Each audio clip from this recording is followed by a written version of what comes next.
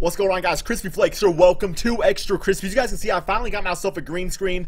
The only issue is I like to wear hats and stuff, but both of my bitch-ass hats, they got green. Hairline exposed, man. I don't know if I should. I like wearing a hat, man. I might just need to get a new one or something like that. Because it's all like, I don't know, man. It's not that bad, I guess. But anyway, guys, for today's video, we have, the unluckiest player in NBA history. And I think this is based on Anderson Varejao, who personally for me, growing up watching him, he was like one of my most like despised players. One of my greatest memories is Dwayne Wade dunking on his bitch ass, guys. So let's check out this video, see what it's all about, and see why this man is so damn unlucky. Some players are so lucky that they get drafted to championship contenders. But in this case, this player might be the unluckiest in NBA history. There it is. I love it. I love it, man. God, man. No, this video is not about Brandon Knight. Brandon Knight isn't unlucky in my eyes. He is trash, too. Brandon Knight is trash. I've never seen a decent player on the wrong side of so many highlights. Yes, this sir. video is about Anderson Varejao and his unluckiness when it comes to the NBA Finals. Anderson Varejao was always an average big man in the NBA. An average player like him usually doesn't get this many chances at being an NBA champion.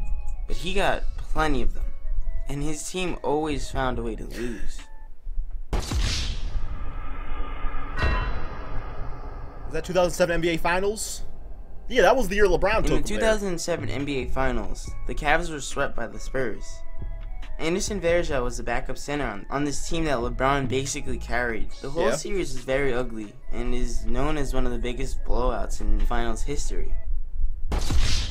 What's that got to do with Varejao? I mean, it's not like Varejao's fault. He was a backup center on that team. Like that, everybody knows when your second best player behind LeBron James is Larry Hughes and Daniel Gibson, you got some trouble. I think Drew Gooden was also on that team. That team was garbage.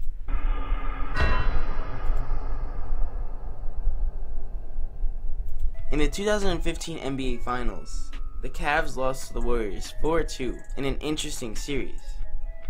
A lot happened from 2008 to 2014. My Pistons. When LeBron was there, the Cavs were favored pretty much every season, but they can never break through and win.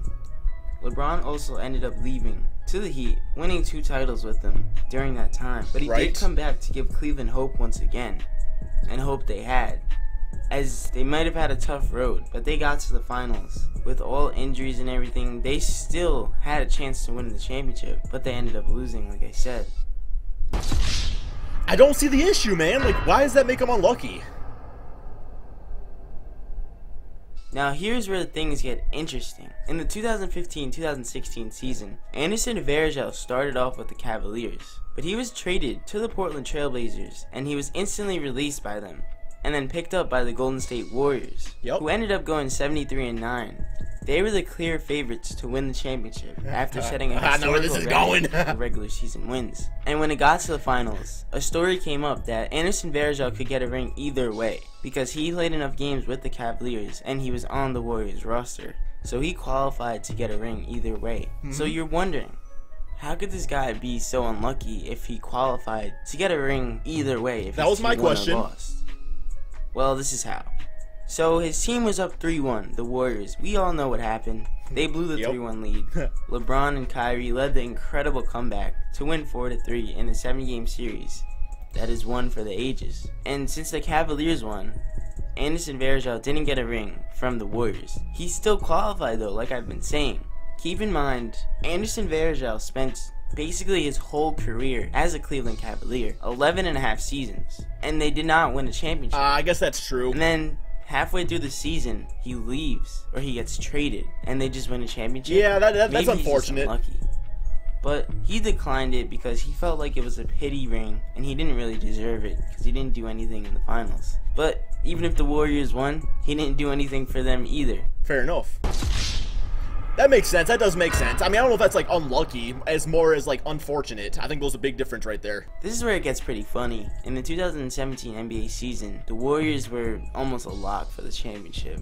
They were totally unstoppable, and everyone knew it was basically going to happen. And Anderson Varejao was on the roster. That was until February 3rd of the season, where he was waived by the Warriors and wasn't picked up by a team for the rest of the season.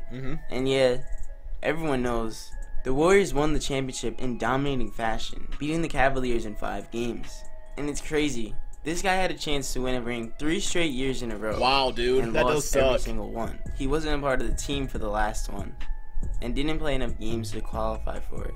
So we could just call him very unlucky. I mean, let me just say this real quick here, man, about Varejao before we continue this video right here, is that the chances he had to win it, besides for the year that LeBron James got swept in the NBA Finals, which was, you know, we were all expecting that year, or expecting him, like, not to win at least. Even these past 3 seasons, Varejao has been injured or straight up trash, where it's like he wouldn't even help those teams anyway. So, I mean, it's not like he made a difference.